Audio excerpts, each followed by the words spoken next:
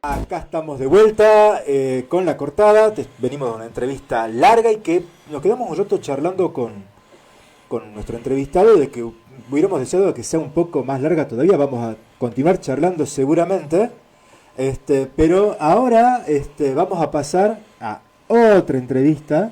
Muy bien, desde Córdoba, un productor radial que estuvo un tiempo acá en Tartagal, Franco Falistoco, amigo de la adolescencia, con lo cual he mantenido nutrido contacto en todos estos años.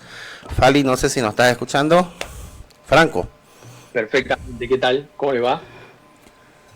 Hola, hola, hola. Bien. Ahí hay otro. Muy contentos de retomar contacto.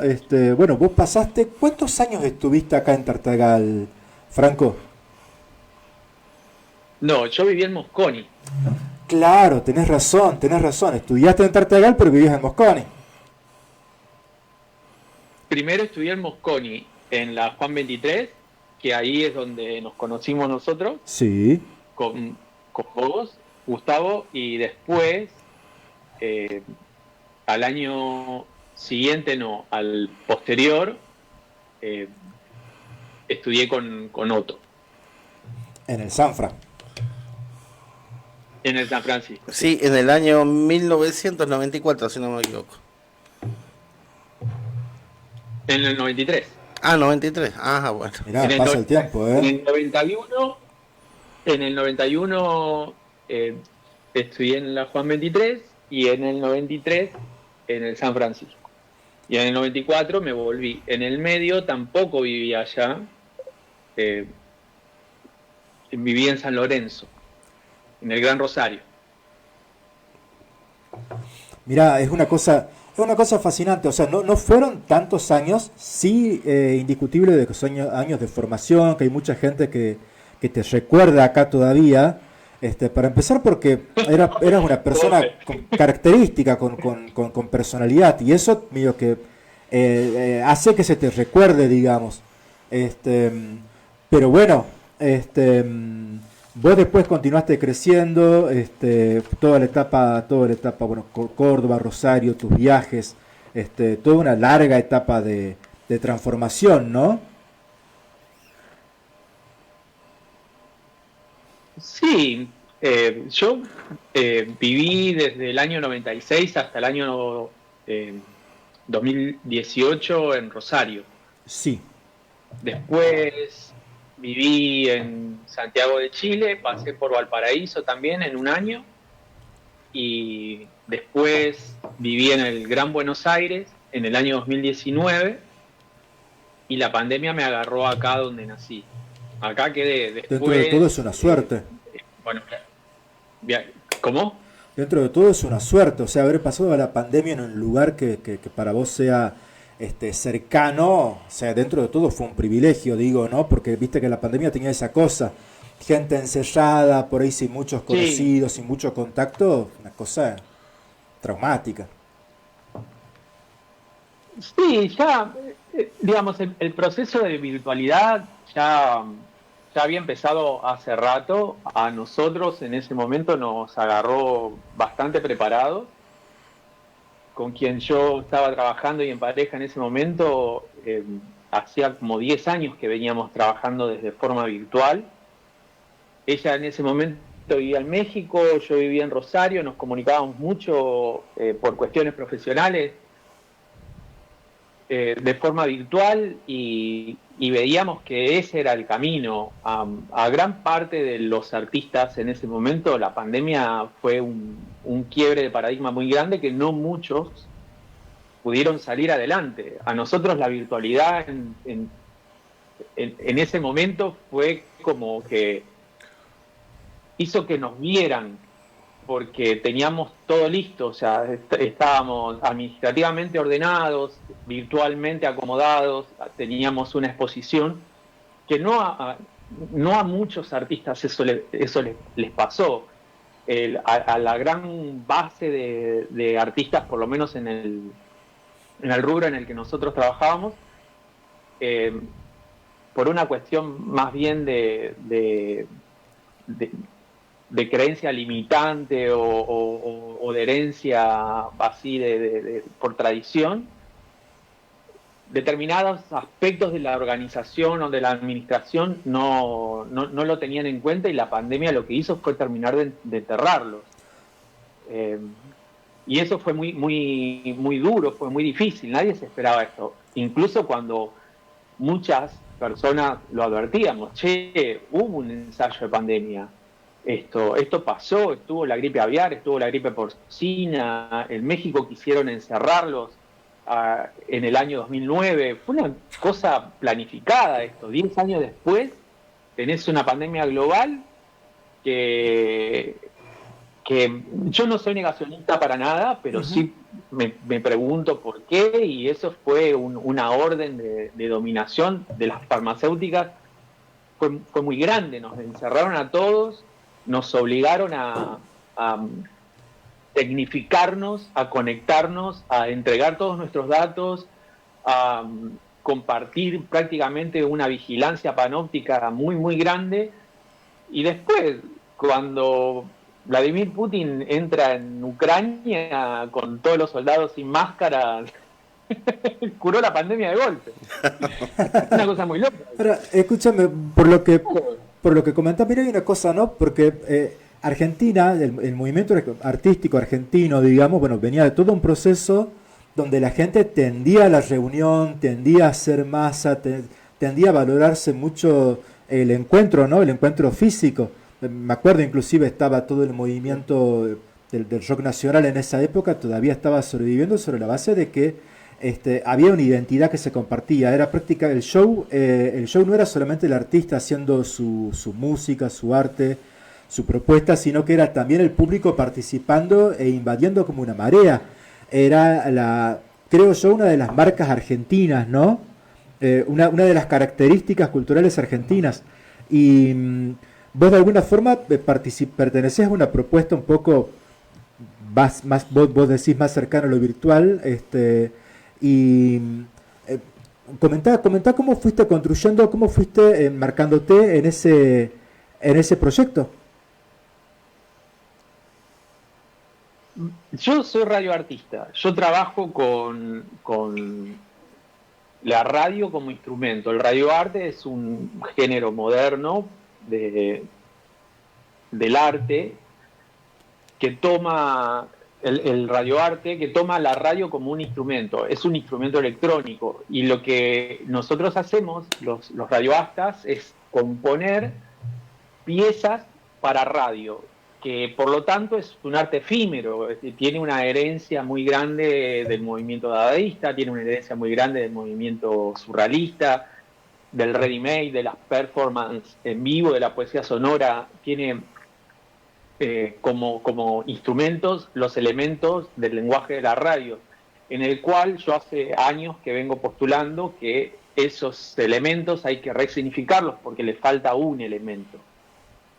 Y hace poco compartía una charla con una colega, que es Soledad Ruiz Hernández, ella es de Madrid, y compuso unas piezas más bien en tono de documental sonoro, que se llama Deconstruyendo la Ficción.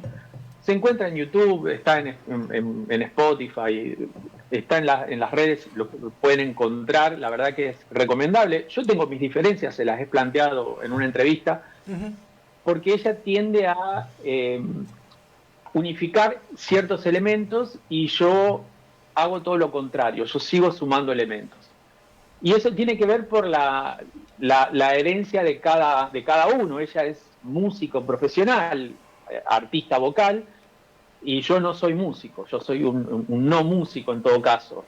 Yo trabajo con elementos, trabajo con sonido, la materia sonora para mí, puedo hacer registros propios de paisajes sonoros o puedo trabajar al estilo de la música concreta, como hacía Pierre Jaffer y Pierre Henry, que son los que plantearon este movimiento en música concreta.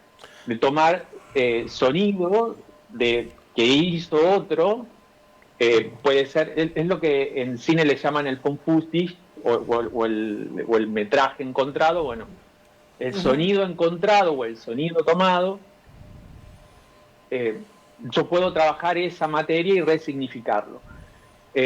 Trabajarlo en forma de Plunderphonic, trabajarlo en forma de collage sonoro, trabajarlo en forma incluso de Cadáver Exquisito con otros artistas, trabajarlo en forma de composición lineal o en forma de composición deconstruida. Yo trabajo con los elementos del lenguaje radiofónico, que son la voz, la palabra, la música, los efectos de sonido y el silencio, al cual yo le agrego el ruido.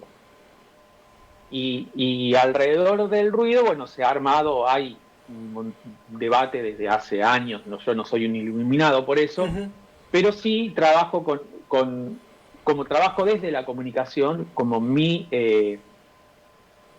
herramienta es la comunicación a la hora de componer, trabajo mucho el sentido de la puesta radiofónica, entonces sí sumo el ruido como un elemento disruptor dentro de la composición, ya sea el ruido como sonido, como materia, como fenómeno físico, como lo es el sonido, ya sea como ruido dentro de la comunicación, que es lo que yo quiero generar, y ahí es el anclaje que tiene mi obra con las viejas vanguardias o la vanguardia del siglo XX, ¿no? como los dadaísmo.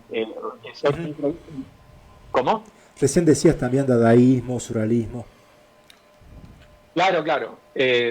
Volviendo al principio del siglo XX. Pero, y acá hay que hacer una división, el futurismo también es una vanguardia artística, y el futurismo es lo que nos trajo principalmente a este lugar, dentro de las vanguardias. Es una de las vanguardias que todavía sigue funcionando. Si bien el surrealismo mutó, el surrealismo va muy de la mano con el simbolismo, el dadaísmo mucho con la improvisación libre, bueno, el futurismo sigue siendo una de las vanguardias que sigue dando de qué hablar al día de hoy.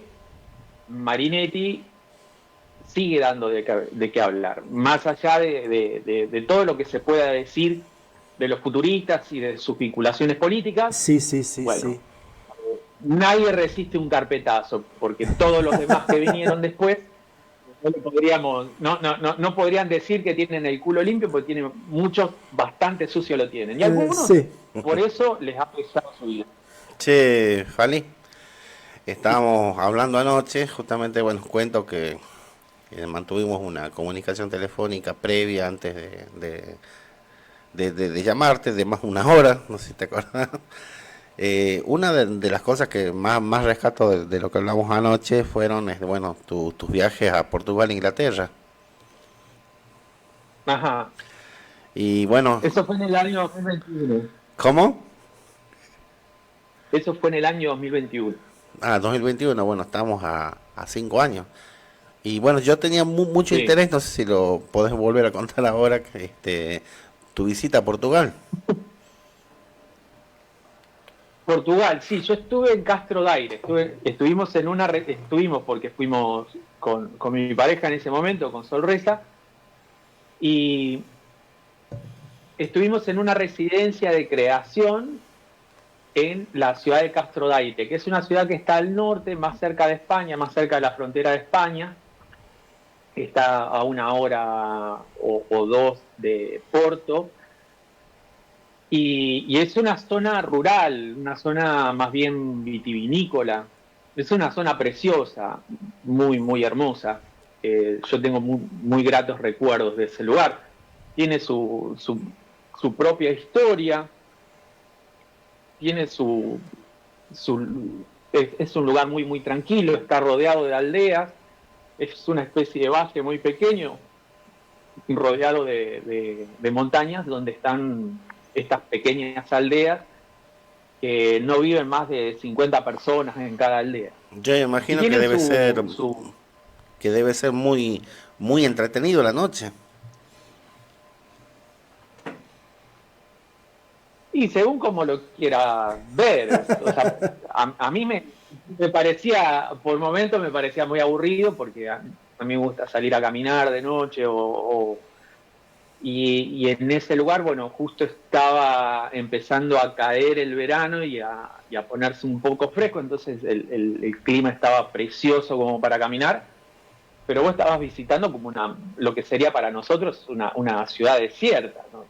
Prácticamente personas en la calle, y quienes estaban en la calle o eran trampa o eran personas que andaban buscando algo igual que vos. Que no hablaban el idioma tampoco del lugar. Entonces son ciudades muy, muy, muy pequeñas, con otra cultura, con otra idiosincrasia.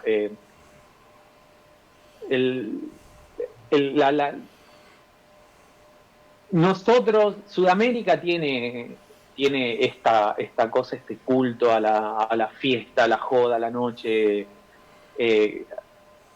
apto para todo público y para todas las edades. O sea, en el viejo continente eso no ocurre porque está lleno de gente vieja.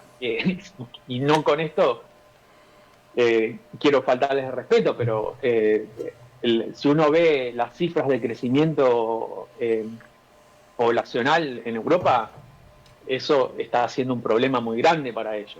Ellos en 30 años, en 40 años, corren severos riesgos de que su población nativa desaparezca. Y esto no lo estoy diciendo yo a boca de jarro, eso se ve. No, sí, está claro, sí. Bueno, también está la cosa, vos viviste Europa más de este costado de pueblos chicos, aldeas chicas, que de alguna forma son lo último que va quedando de una Europa vieja. Imagino que la Europa joven está más refugiada en las grandes ciudades. Vos sabés que hace rato cuando hablabas de Radio Arte, yo pensaba en dos cosas, se me aparecieron en la cabeza. Uno, Orson Welles haciendo su radioteatro de una invasión marciana que provocó una psicosis colectiva en Estados Unidos con gente que de verdad se preparaba para defenderse. Esa famosa leyenda, ¿no?, de su obra. No es una leyenda. Esa fue la adaptación que hizo, una adaptación radiofónica de La Guerra de los Mundos de H.G. Wells. Uh-huh. Nosotros la consideramos como una de las piedras fundacionales, pero no es la primera piedra fundacional.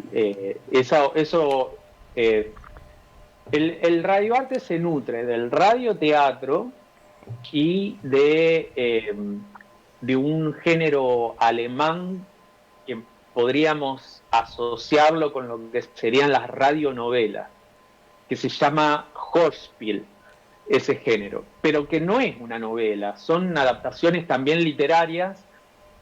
Lo que pasa es que los alemanes incluían otros elementos, ya sea en la composición, en el guión, y lo que nace después, y es un género que nace en Europa, porque viene con el nacimiento de la radio, más allá de que en Argentina se hizo la primera transmisión radiofónica con Marconi y sus amigos. Sí.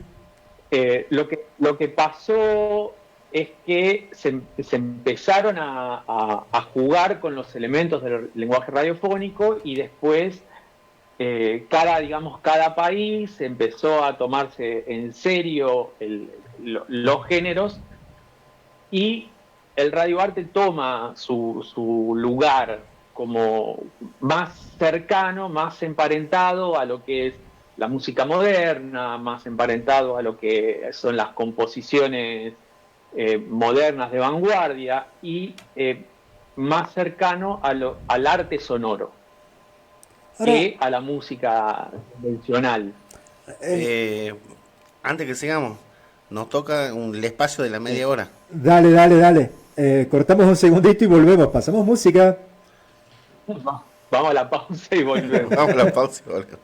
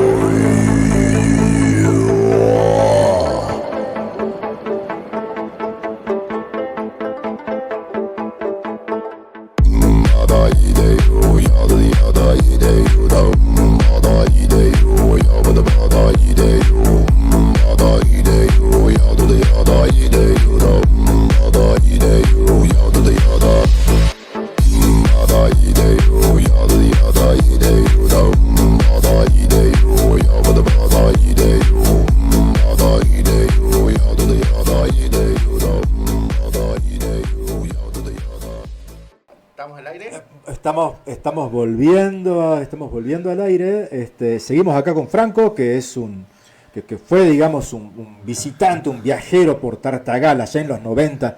¿Sabes qué? Yo en su momento ni siquiera me atreví a hablar, digamos, porque a hablar de ese trayecto entre Tartagal y Mosconi de tu vida, porque las cosas cambiaron muchísimo. O sea, esa Argentina de los años 90 duró nada, fue solamente un instante. El país mutó tanto y tantas veces desde esa Argentina menemista, primermundista, con ciertas expectativas que no se dieron, ¿no? Pero bueno, el mundo sigue cambiando. Vos sabés que recién hablábamos de cómo se empieza a construir el concepto de cine-arte y que estaba metido, cosa que yo no me imaginaba, esto de Orson Welles. Lo otro en lo que pensé, inmediatamente, viste que uno trata de asociar todo el tiempo. Lo otro que pensé, hay un famoso video, si escucharon la banda Queen tiene su tema Rayo Gaga, y Rayo Gaga, además de estar hablando de la radio, y además de estar hablando de que la radio sigue presente, aunque siempre un poco de modé, ¿sí? Sigue siendo una especie de tecnología que ya es casi retrofuturista, que ya es casi la radio de ¿qué? De principios del siglo XX, la radio de ahora. Y bueno, pienso, ¿no? Vos tratando de hacer arte en la radio, ¿cómo está funcionando el ambiente? ¿Cómo lo estás viendo? Digo, la radio que trata de mantenerse con un formato que tiene que funcionar comercialmente, con un formato que tiene que tratar de seguir siendo informativo, pero que al mismo tiempo puede ser un lugar donde existe el arte. Mirá, yo soy muy crítico con la radio. Yo trabajo en la radio o vinculado a la radio desde los 14 años, desde que me conocés vos. Sí. Y te acordás, bueno, cómo era la radio cómo era Paz y Progreso, ¿te acordás? Sí. Allá. Uh-huh. Cómo era la forma, cómo tenía su diagrama, su grilla. Y ahora decime cómo son las radios, esta donde estamos saliendo ahora, cuánto ha cambiado de ese formato a este formato. Yo creo que nada, absolutamente nada. Lo que han cambiado quizás son los dispositivos, lo que han cambiado quizás son los equipos, porque se ha sumado un canal más para la difusión de la radio. El stream. Pero la radio sigue siendo... Hay dos elementos en la tecnología de lo que sería el arte o la cultura de masas o en la industria cultural que se hicieron y no se han modificado, pero no porque no se tenga en cuenta una actualización, sino porque no necesitan una actualización. El primero es el proyector de cine. Estamos usando proyectores de cine de la década del 40. Lo que se hace es adaptársele el lente, se le cambia el lente, se le cambia el foco o se le adapta una parte, pero el formato sigue siendo lo mismo. Para pasar una película 35 milímetros, de 16, de 72, sigue siendo lo mismo. Es el mismo equipo. Vos comprás el proyector, que la mayoría son Calais, la marca es Calais, y ya viene con el lector digital para el audio, porque claro, lo que se le agrega es el lector digital para el audio, porque para que pase la cinta, o sea, la cinta no, el celuloide, que ya no es celuloide, es nylon en realidad, y es ignífugo, porque el celuloide era muy volátil. Decir a Tarantino, sí.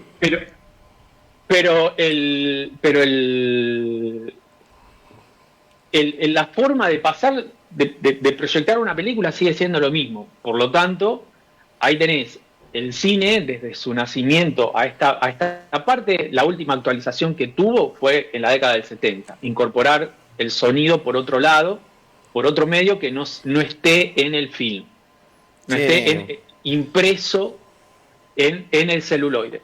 Franco. Y el otro, sí, ¿Sabes déjame que- terminar con esto. Sí, sí. Y lo otro es la radio.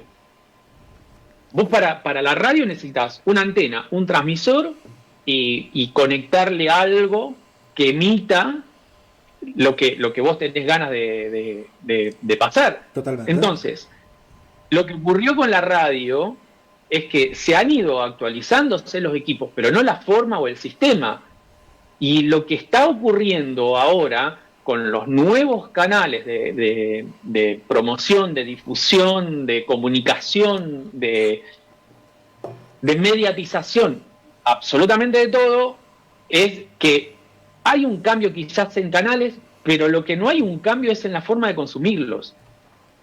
Porque al cine vamos, y si no vamos al cine, lo hacemos en otro lado al cine, lo hacemos a través de una pantalla, de un dispositivo, un teléfono, una computadora, un televisor, un telón o un proyector. Escúchame, con lo que estás Lo haces en tu diciendo, casa, lo haces en el baño. con lo que estás diciendo, uno piensa automáticamente, ¿no? En McLuhan cuando decía el medio es el mensaje.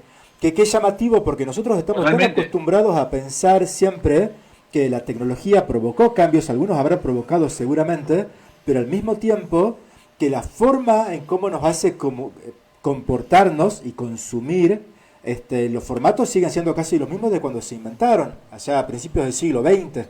Así que estamos en un mundo que cambió muchísimo, pero que al mismo tiempo continúa con los códigos, digamos, de cuando se inventaron estas tecnologías que nosotros seguimos consumiendo, ¿no?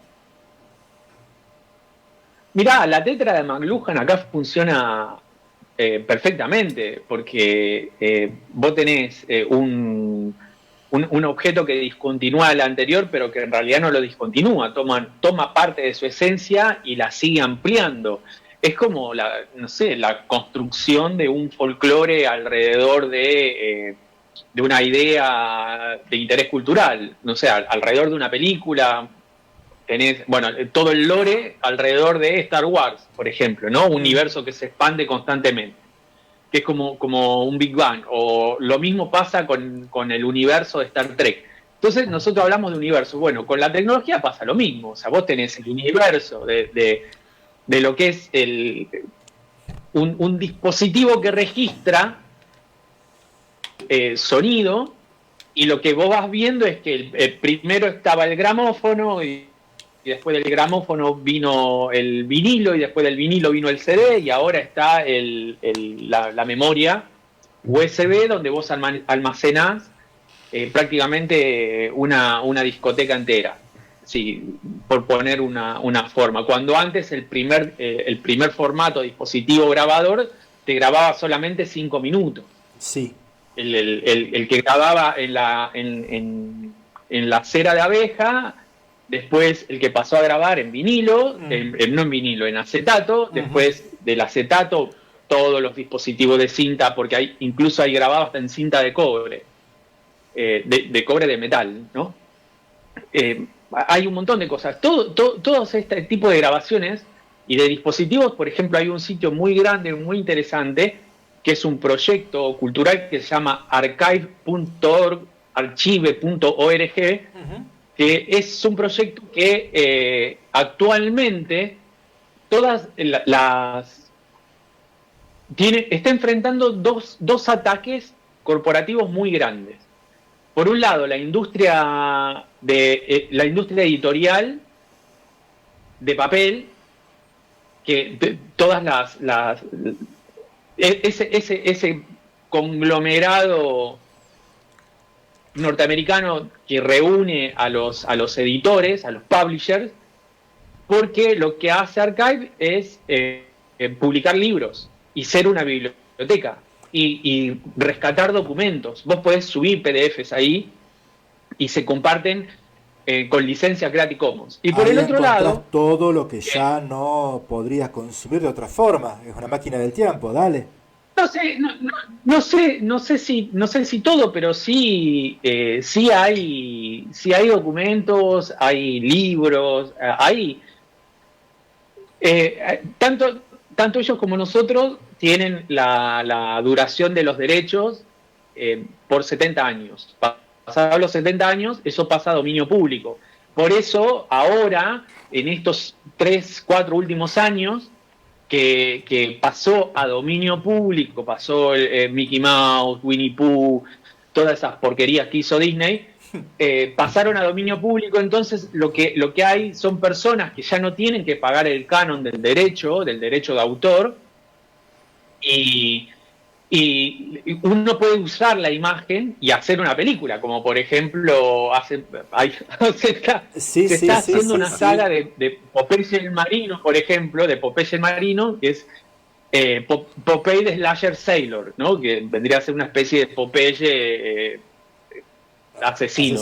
¿no? Sí, dale, un y asesino. con Mickey Mouse pasó lo mismo, etcétera. Che, Franco. Bueno, Archive, sí. Sí, Franco, quería, antes de que nos vayamos, porque nos quedan unos 10 minutos aproximadamente, preguntarte por algo que vi en tu currículum, algo que también sabía, que eras columnista de cine condicionado. Sí, eso fue en el año 2010. Sí, 2010 y 2011. Bueno, mira, había un...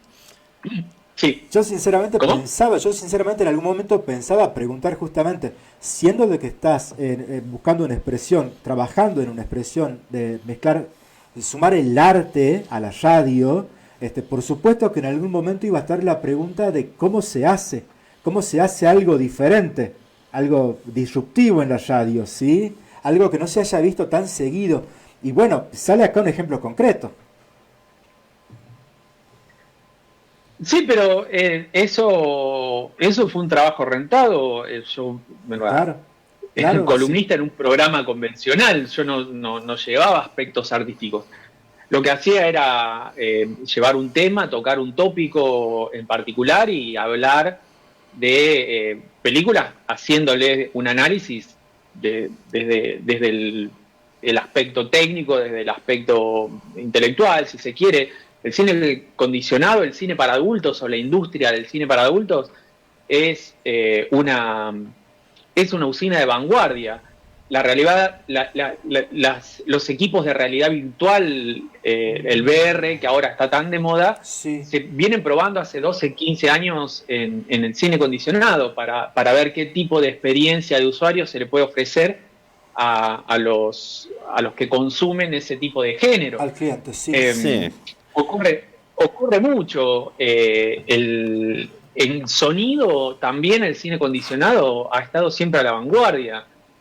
Son los primeros que trabajaron con Ambisonic, los primeros que trabajaron en multicanal, porque dan muchas posibilidades. Lo que pasa es que nosotros estamos acostumbrados a ver toda la basofia, todo lo que chorrea, lo que sobra, y en cierta forma eso nos ha condicionado el sabor y el paladar. Lo mismo pasa en la radio. Si vos escuchás, la única radio que escuchás que tiene un solo mensaje, tiene un solo formato y no diversifica en su propuesta, vos vas a pensar que la radio es eso que escuchás y es siempre lo mismo. Ahora, cuando se ampliaron en la Argentina a partir de los 90, que se empezaron a dar licencias para el famoso PPT, para que vos puedas ponerte una emisora de radio y puedas ofrecer algo que al fin y al cabo después terminó siendo lo mismo. Todos hacían absolutamente lo mismo, todos tenían de 6 a 8 el informativo de la primera mañana, la estupidez de las 8 a las 12 con la primera mañana, después el informativo del mediodía, el chismerío de la 1 hasta las 5 de la tarde, la estupidez de las 6 a las 8. Y así, el sacerdote cerrando la programación. Bueno, sí. Y que voy con Peperino Pómolo cerrando la pausa para el día. Totalmente, sí. Franco, y ya casi despidiéndonos, siempre te quise escuchar hablar de un director que yo aprecio mucho, como Jesús Franco. Y bueno, me estabas mencionando que en una de las películas que hizo en la década de los 70 participó Christopher Lee. Sí, sí, para algunos, para las últimas generaciones el Conde Dooku, para otra generación más intermedia el Mago Blanco, Saruman, para mí el mejor Drácula que existió en la historia de todos los Dráculas. Pobre, yo lo quiero mucho a Gary Oldman, pero lo deja muy chiquitito a Gary Oldman. Y entre Christopher Lee y Bela Lugosi, yo me quedo con Christopher Lee, la verdad le tengo un afecto muy muy grande, pero que además era uno de los pocos actores que eran que su vida personal, su vida íntima era mucho más grande y más vasta que lo que el tipo mostraba, porque él era músico, además también era dramaturgo, era escritor, fue espía para Lee Six. Sí. Era pariente de Conan Doyle. Y de Carlomagno, según él decía. Y él, descendiente por línea directa. Mirá que hay 1000 años de diferencia, más o menos, del emperador Carlomagno. El emperador que unificó toda Europa después de que la habían desunificado para volver a desunificarla después. O sea, una cosa increíble. Lo bueno es que hagaslo, no tenés miedo del ridículo, hagas lo que hagas, no podés empardar, ser descendiente de Carlomagno, así que vos te sentís libre de hacerte todo en la vida, porque ya está, nunca vas a poder superar a ese tatarabuelo, digamos. Además el proyecto de metal clásico, porque hay una diferencia muy grande y eso se lo puede ver, porque ya le preguntan, le dicen, ¿usted tenía una banda de heavy metal? Y el tipo lo para en seco y le dice, no, yo no tenía una banda de heavy metal, yo tenía una banda de metal clásico, que es distinto. El metal clásico no es heavy metal, no son guitarras trituradas y procesadas, es otra cosa. Y además la banda se llamaba Carlomagno. una cosa increíble. Merecían tocar en Eurovisión si era Carlomagno. Claro, pero vos imaginate, el tipo hizo Drácula, después hizo Frankenstein, después hizo Fu Manchu, trabajó con el Raspa. No sabía. ¿Con el Raspa? ¿Se acuerdan de la novela de Raspa? Sí, Rafael de Mendoza. El actor argentino, hicieron una película junto que se llama Manchurian Express, una película que además el director de esa película no la firma.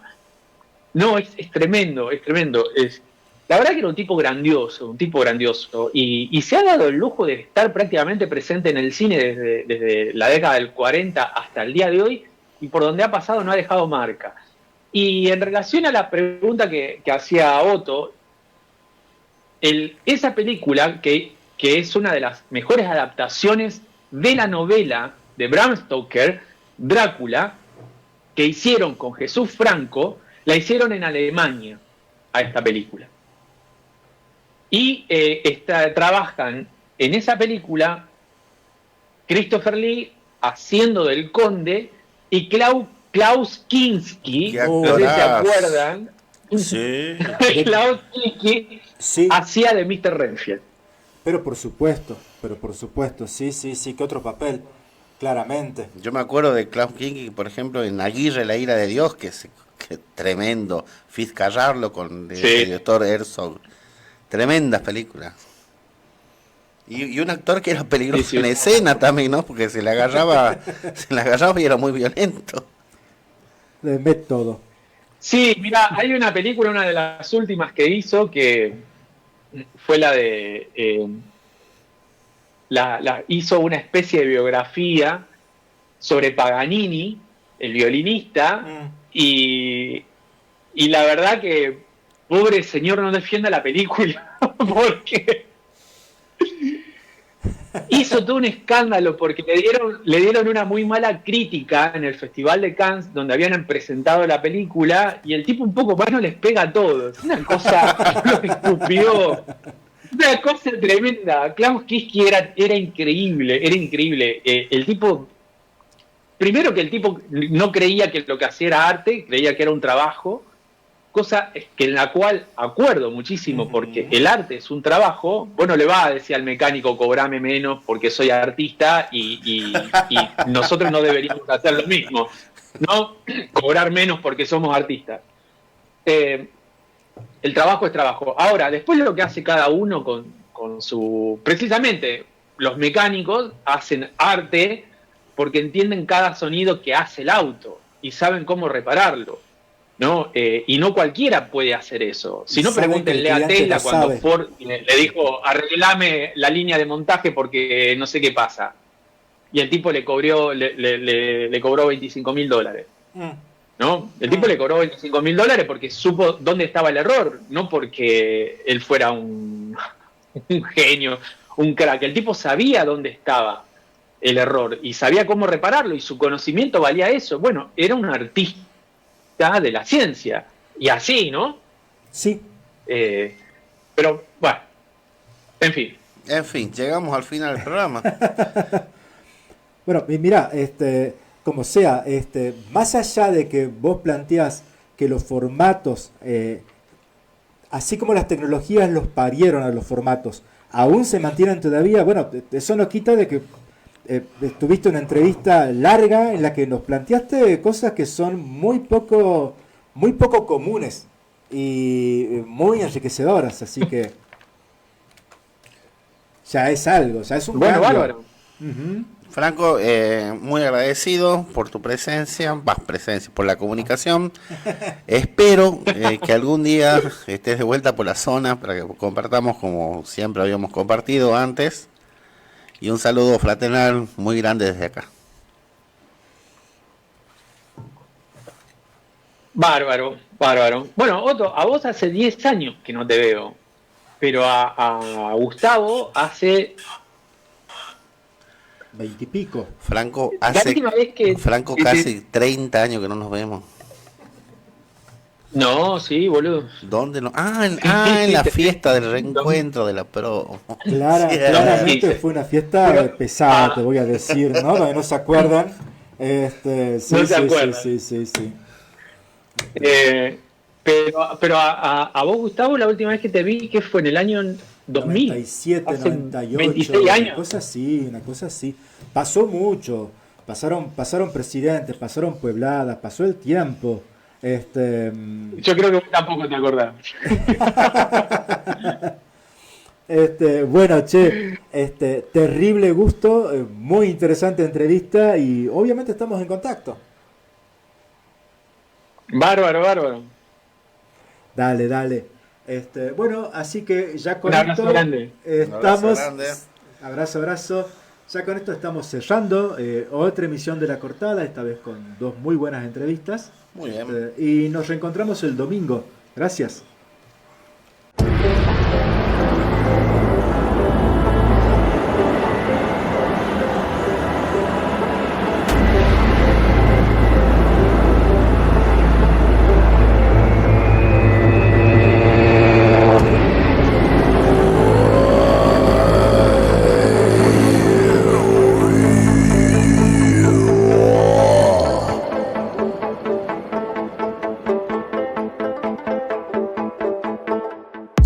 Yada ide yo, yada yada ide